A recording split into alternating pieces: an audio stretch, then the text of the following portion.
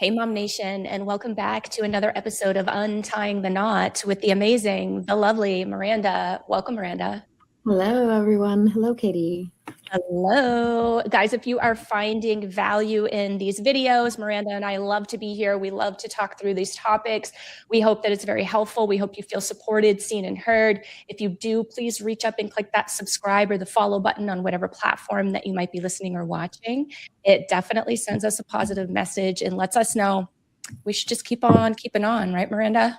Let's do it. So today is, I feel like every episode we do is like a tough episode. It's like a tough topic. And that's because what we talk about is tough. I mean, this whole change of life, dissolving a marriage, dissolving a relationship, moving on to the next chapter. This isn't easy stuff.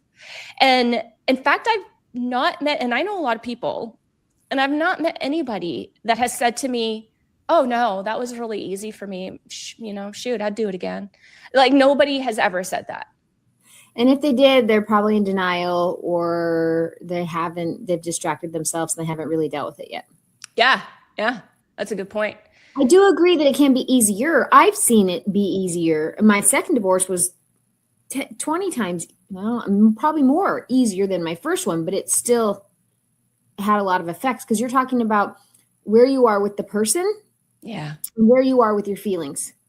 So I was much better off with the person in my second divorce because we were still living, cohabitating while we were working it out.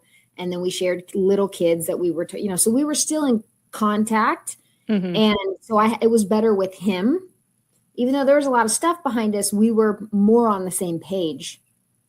But there's still a lot of emotions and stuff to work out. So, there's kind of levels. You could be completely disconnected with the person and completely disconnected with your feelings. And that is what makes it really, really hard. Yeah. I love that you said that. Thank you for bringing a little bit more clarity and some of your personal experience to the table, as you always do. I personally, as like a podcast listener, find that to be very helpful when somebody brings up a personal example or like, hey, I went through this and this is how it felt, or, this is the difference for me. Well, there's complexities. When we try to make it all black and white, or we try and say, this should be easy. Like, who was it was it Gwyneth Paltrow when they got divorced and they did the whole conscious coupling thing and then uncoupling, and like part of it I totally understand. The other part of it makes me really sad. It makes me wonder if people are just using that to say, oh no, we're good, everything's fine. But there's I'm fine, everything's fine. Underneath there, what's your relationship with yourself? What's your relationship with God or your higher power or whatever? Like there's so many different things other than I am physically with this person or not. And honestly, I think a lot of times that can be a complete distraction. Sometimes it's not whether about you stay married to a person or you don't. It's about all of the stuff the disconnection that exists. And if you don't deal with that disconnection, it will continue and follow you into your next relationship. Mm-hmm. Mm-hmm. So let's dive into the topic for today. And I feel like a little bit about what we just talked about kind of bleeds into this topic as well. And that's seeing your ex or your soon-to-be ex moving on. And or in our case, your current spouse. Or yeah. No kidding.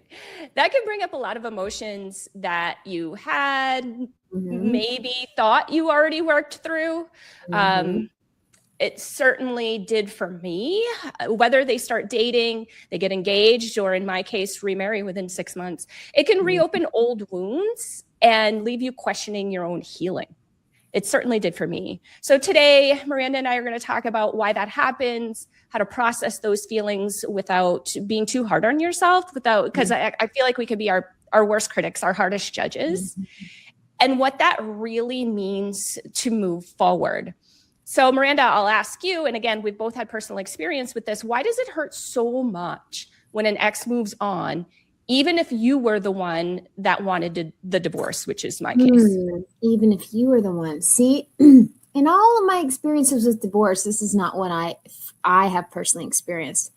But I understand it. But my condition, my spot was, it wasn't my decision. Now, was it the right decision? Yes. And was I actually here's a good point. The complexity of it. Some people are actually, like in my case, I was a little relieved. I was a bit like, oh, I'm gonna get out of this because I wasn't sure what I was doing. But the other feelings of abandonment, rejection, sadness, all of those things were much louder. But I think the first thing I would say is honor everything. Two things can be true. I was brokenhearted, but it was more about the experience. It wasn't necessarily about the person. That makes sense. And I don't know if you can relate to that with yours, because I think that you probably knew you weren't meant to be with your first husband either, but that doesn't mean that it felt okay what he did. Right. Well, and in my case, this person that he connected with within 2 weeks of me leaving the house was the wife of one of my best friends that had passed away recently. So I was processing the grief and sadness of losing my friend, also of my relationship ending or likely ending, and then wondering what the hell was going on behind the scenes that I didn't pick up on earlier. Because I'm sorry, like, ain't no way two adults are gonna hop into a relationship like that within 2 weeks. I just don't feel like that happens. Not too conscious present adults. Those are people who are looking for a distraction or looking for, I don't want to deal with my feelings. And so as a person, I know you asked about a person who leaves the relationship, but I think number one, no matter if it's your decision, their decision, mutual, is grief. It can be the best decision for you and or maybe not the right decision, but there's still grief. Because at every level, even if you were to get back with the person, at every level is a new version of a relationship. You're never the same people. People grow and people change. Right. So you're constantly having a new relationship with someone. That means that we have to grieve the relationships that came before. So not only do we have to grieve the relationship that is no longer, whether that's forever or just momentarily, but we also have to grieve what could have been, what should have been, what we thought was going to be, how we thought it was going to go. This person let us down in some ways, but probably equally or more likely you let yourself down because you put yourself in a position maybe that you didn't, maybe something deep down told you that this wasn't the right thing. Or maybe at some point you picked up on that. And instead of being able to verbalize that or examine that, you suppress, you push it down, you pretend it's not there. Maybe you don't bring those concerns to your spouse. And then over time, that disconnection chips away. And then before you know it, you're in full blown, this situation's happening. And now I'm out of control. And now I'm in grief. And then everything overwhelms you at one time. Yeah. So it's kind of the result, at least for me and for most of the people that I talk to, of lots of years of avoiding feelings or not listening to feelings or not sharing feelings. And then all the floodgates coming in all at one time when you actually start the process. That makes a lot of sense. And something that you said there really stuck out to me. And my question is, how can somebody tell the difference between grieving the relationship itself versus grieving the future that they thought they had or the plan that they thought, was going to unfold, what they were really counting on happening? I think, again, from my experience and for a lot of people I've talked to, it's a replaying of something in your childhood.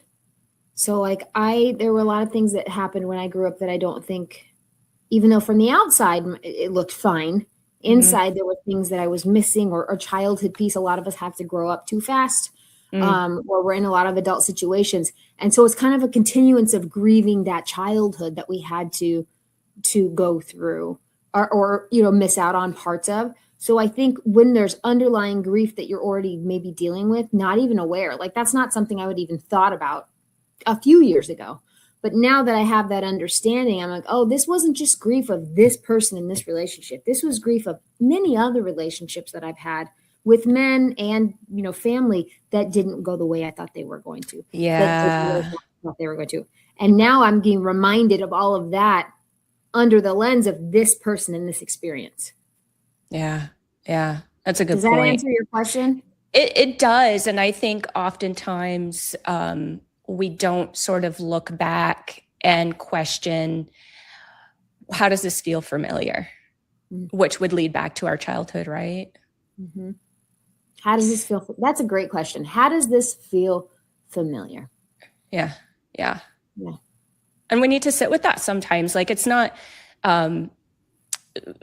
information that might come to the forefront of our mind right away, right? I would assume that for a good majority of us, and I'm just kind of assuming here, that's been suppressed. Of course. That's the reason why we have the trauma.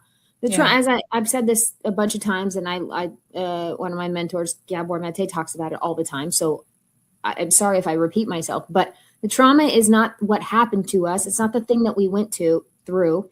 It's our inability to express it, talk about it, share, heal, grow. You went through something traumatic. How many of you were told, or you either thought you had to, or you were told to be quiet, or not to cry, or to not, or to get over it, or to not be so emotional, blah, blah, blah. Don't be a baby. Exactly. So it's not necessarily that big bad event, but it's the inability to do anything with it. So you're just so many emotions that so many of us have suppressed for so long. Yeah. And that plays into this, because if you knew, and this is where faith can come in, but if you knew like this was for my highest good, and you trusted God, the universe, your plan, and you were at peace, then there'd still be a part of you that can acknowledge, man, I miss this, I miss that. But I know that this is my path.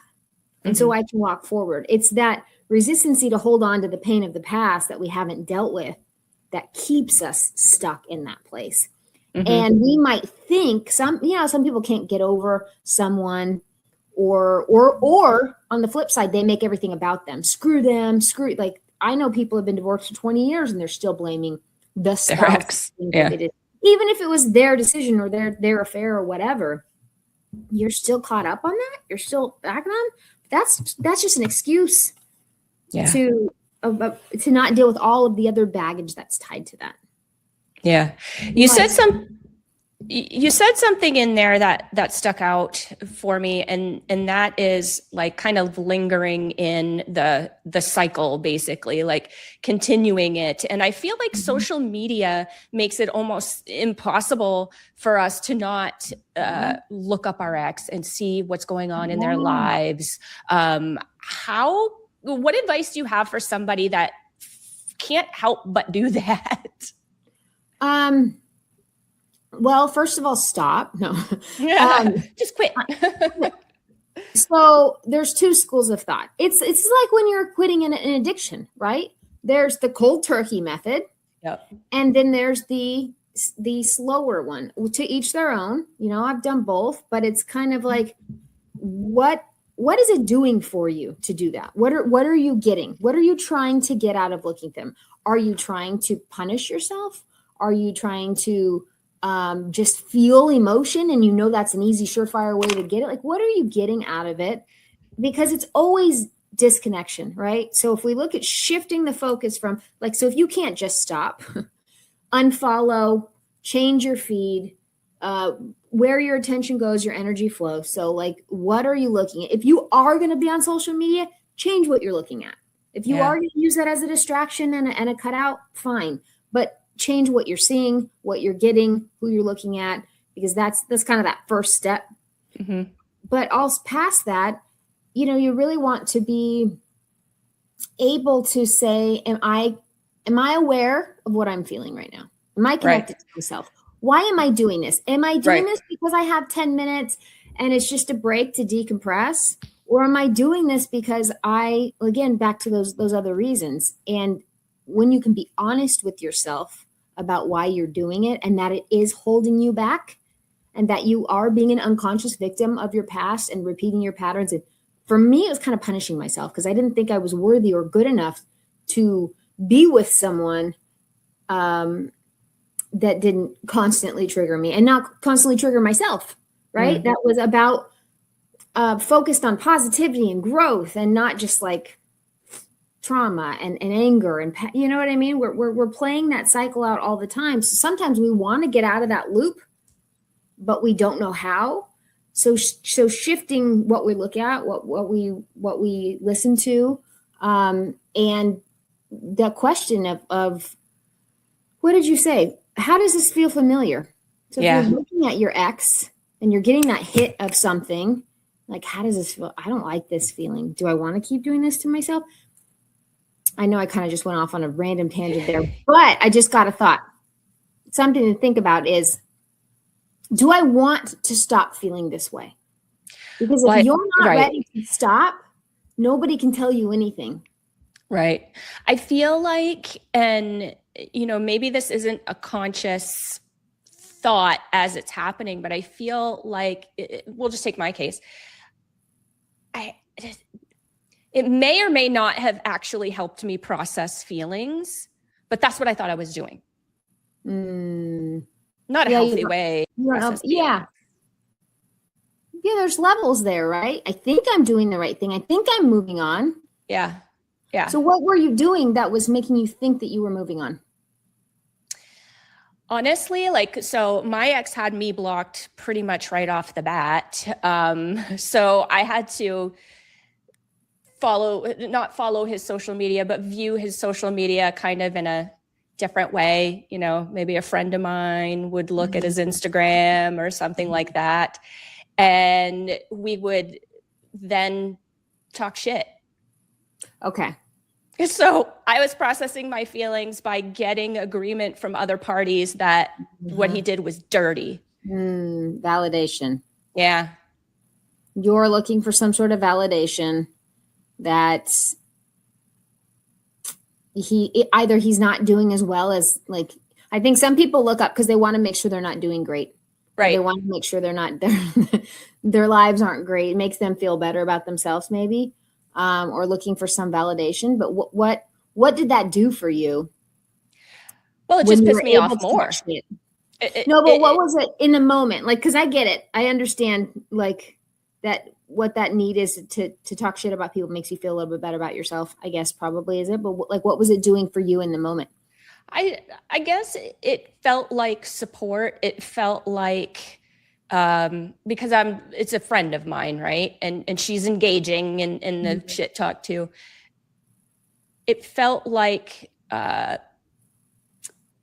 justification. It felt like I was being acknowledged. All those things that I was missing. Now, this is me looking back on it. This is not happening during this time, right? Like, I'm not analyzing it during this time. But that would be my answer if I had to give it, is what that was. It was like support, like, again, justification, acknowledgement. Yes, that was a really crappy thing that he did. Yes. Do you think it made you feel less alone? Very much so. Very much so. Loneliness was huge. And it wasn't physical loneliness, because I had a lot of friends, still have many of them in my life. So it wasn't like a physical loneliness. It was an emotional loneliness. Well, there's that difference between physically being alone and then actually feeling lonely. And that's something I work with a lot of people, because they say, I feel alone. Well, that's not a feeling. That's just a state of being.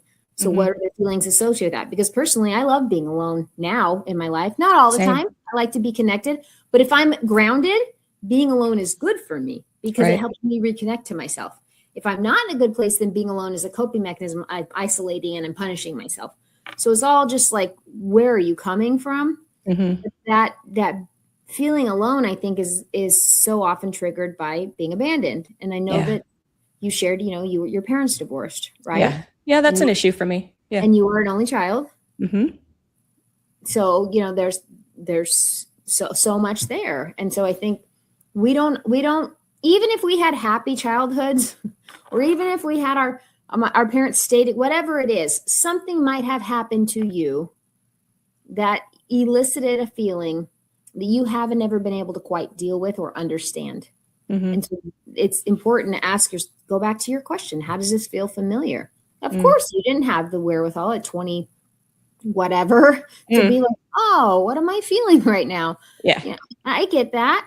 But sometimes you're in your 40s and then you repeat it and you get married and you do it all over again. And then you're like, oh, I see what's going on here. Yeah. And that pattern repeats. And it doesn't necessarily have to be in marriage. Sometimes our friendships will, bring that up. Sometimes we'll carry that out with other relationships we have with people. And it's almost like a self-fulfilling prophecy, right? But if we make the focus that person and what they did, we will never be able to really connect with what we're actually feeling, the self-awareness, the mindfulness, the dealing with it to actually heal and move on. So if you were talking to me back then and I shared that with you, obviously not the insight because I didn't have it then, what are some healthy ways that you could or would have shared with me to be able to process those feelings versus what I gravitated toward? So first I would probably ask you what you were struggling with currently, but then what do you want to feel?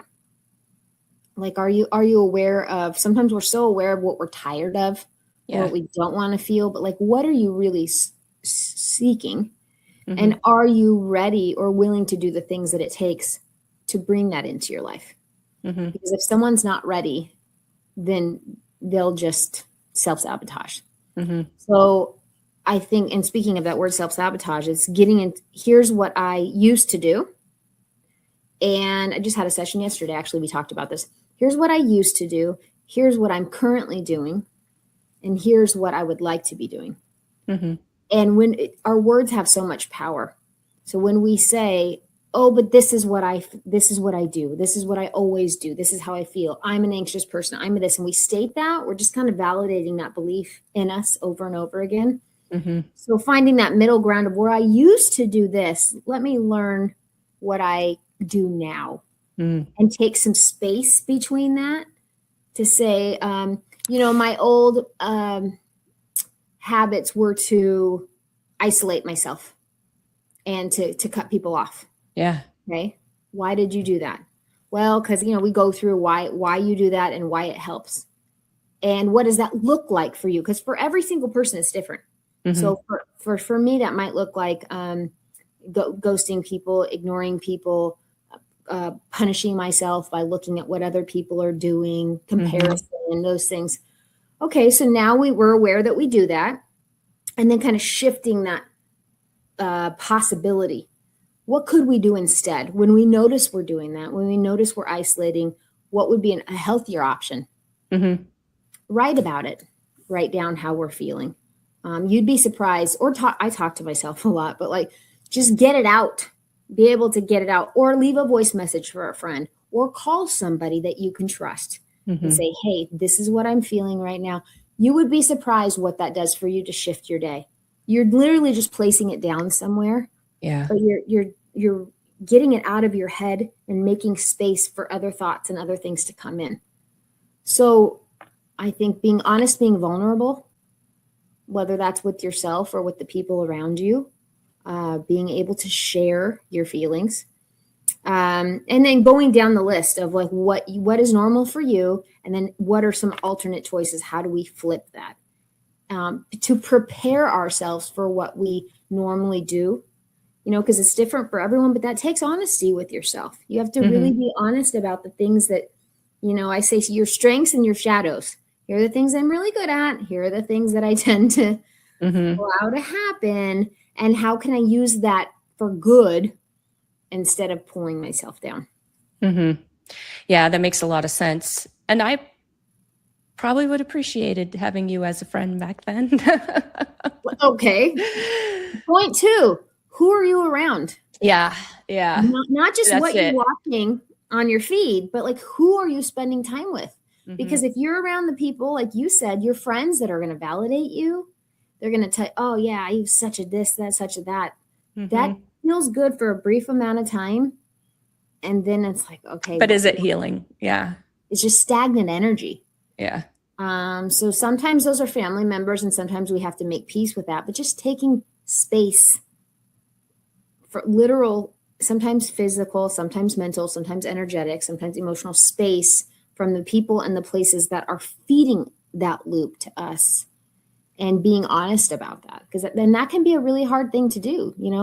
People are in our life for reasons and seasons. And sometimes you can very, very much love somebody and love their energy and love everything about them, but no, they're not on the level of growth that you're at, or they're not wanting to elevate their lives at the same pace that you are. And it's okay. Mm-hmm. But maybe for your benefit, you need to find somebody else that you can spend time with and relate to. Isn't there a saying out there, like, you are the sum of the 5 people you spend your most hang around with? Yeah. Show me your How do friends. you I'll feel show you about who that? you are. Yeah. It's true. However, I think there's always a disclaimer. It's all how you look at it. If you're saying it from a self-help place, from a no contact with people place, from a identity, like a distraction, some people work so hard to prove they're different, or to prove they're changing their lives, instead of just actually showing it. So if you're doing it as a performance act, and you're not actually making the changes or growing, then maybe you need to look at yourself and say, are those people that you just need to have conversations with, just be honest with? Mm-hmm. Maybe you've had a friend for 20, 30 years that you don't really want to throw the relationship away, but you just need to reevaluate. This is a friend that I have dinner with. This is a friend that I do Bible study with. This is a friend that I work with. Maybe you have different places, and that person doesn't meet all of your needs for you. Mm-hmm. So yes and no. But in the grand scheme of things, I have 4 kids, so I'm constantly saying that to them. Yeah. There's just one kid you hang around with. I'm not saying I don't like him. I'm not being judgmental, but I've noticed when you hang around with this kid, these things tend to happen. And then we'll talk about that. And is this someone you want to choose to be around? Those kind of conversations. It requires honesty and vulnerability. Yeah. That makes a lot of sense. Can you, and this is the last question I have, are there some signs or some sort of milestones that we could feel or see, or just to know that we're along that healing journey? I say this a lot because I went through it for a long time. What is your identity rooted in? Whatever it is for you. For me, it was a return back to God. And it was funny because I had a lot of religious trauma. So that was kind of my personal journey, was actually finding my own way. Right. Back. But my identity was rooted in my pain for many, many years. And I don't blame myself. I didn't know better. I didn't understand what was going on. And I was just continuing patterns and cycles of thought. And then for a long time, my identity was rooted in my healing, because it was all about work, performance, proving to everyone else that I had changed. And none of that time was wasted. I learned so much. It's part of why I do what I do today. But I didn't understand what I was doing. I had just shifted. I was still in survival mode. I was still in chaos. I was still in comparison and looking at what everyone else was doing. I just was under a different design box, whatever, outside. So it's like, what are you focused in? Now I know that I'm not perfect. I know I have a lot of faults, and I know that I'm on this journey, but then I've realized it's just a journey that never ends. And it's not a place that you have to get to. It's a place, the journey. And as cheesy as that sounds, I always thought I had to be healed. If I just get this done, if I just do these classes and learn this stuff, and then I'll be healed and I'll finally be okay. And it took me 4 decades to be like, oh, that's not the point. The point is that I realize I'm healing, and that's okay, because I'm a human being and I'm not perfect, and I'm not, I will stumble and I will fall, but I don't have to be worthy of love. I love myself, and I never was able to say that before, because now I know where that love comes from. But now those moments. So to answer your, I wanted to give that up front, but to answer your specific question, that's the foundation, right? And as you get, and whatever that is for you, maybe that's just connection to love, but getting connected to who you are, where you come from, accepting yourself, and then building on top of that. When you shift your identity and your beliefs, then we can start to shift our actions. We shift our actions, our outcomes change, and our outcomes change, our emotions change, and it triggers all of that. But not looking for this major milestone, having micro shifts in our actions, and then having micro celebrations. Mm-hmm. So you be able to literally, even if it's just like talking to your ex-husband and you didn't curse him. I think we've talked about this before, but maybe I didn't curse him out. Yeah. Or can I share something? I texted all of the men in my life to tell them Happy Father's Day. My dad and both of my ex-husbands. I have not spoken to my ex-husband in 6 years. And I was in church and something told me I just need to be, and it's not from a place of dig or it was just from a place of genuine, like, I have healed from this. Yeah. I texted him, and after I texted him, I looked on my phone and I realized it had been 6 years to the day that we had last talked, the last time my daughter was at his house. Whoa. To the day. And I was like, and all at once I was just like, I've healed from this. It took 21 years, but I have healed from this. So that's when it smacks you in your face that you know you've healed. Yeah. But on your way there, guys, every single time you do something and you notice it was even 1 degree different than you did it before, that's that micro celebration. But hey, I did that better. I was calmer. I was nicer. I genuinely meant what I said. Yeah. I wasn't trying to be manipulative or trying to get a dig in. I genuinely, okay, good job. Let's keep doing that. And focusing on making those 1% shifts over time instead of trying to find 100% shift. Mm-hmm. Mm-hmm. Yeah, that makes a lot of sense. I think, like you said, we automatically perceive healing as it being already done versus the different steps that it actually takes for most people to get to that point where you got 6 years later when you were like, no, I actually mean this. This is coming from a place of love. This is not coming from a place of, I just want to remind you I'm here. Because how many times have I done that? You know what I mean? I admit or even if I said the right thing in my heart, I didn't really I was like, yeah, whatever, asshole. Yeah. I'm doing the right thing, but it doesn't, to have those things match up and you be in that place is like, it's a really, really good feeling, but you gotta be honest with yourself. You do. And what is it doing for you? Does it serve me at all to still blame him? Did he do a lot of things wrong? Yes. Did he put our daughter through? Yes. But his actions don't dictate. Yeah. And so for you out there, because this was the whole point of this, that when your ex moves on really, really quickly, what is it that's bothering you? Is it, can you still wish somebody well and be sad or be upset or feel bad? And can you understand that maybe they're not well, maybe they're not happy, maybe they're doing what they need to do to get over you or to protect themselves or to feel better. Maybe it has absolutely nothing to do with you. Maybe it's everything that they're going through it here, but we're making it mean about me or us, That's ego. That's a whole other topic. Well, but a lot of times that happens. Like I have seen that and I have done that where you just kind of jump into the next relationship as a means of trying to avoid the feelings of the previous one. I mean, how often do you see that? That is our lives, Katie. That is what our lives are avoiding feelings, and avoiding your pain is the surefirest way to bring more pain. But it's a choice. We all have choice. We all have free will. What do you want to do with it?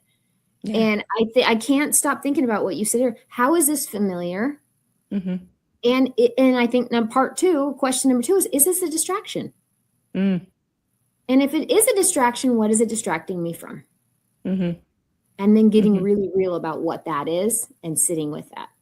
And that can be a years-long process. This is an onion that you're peeling the layers until one day we're not here.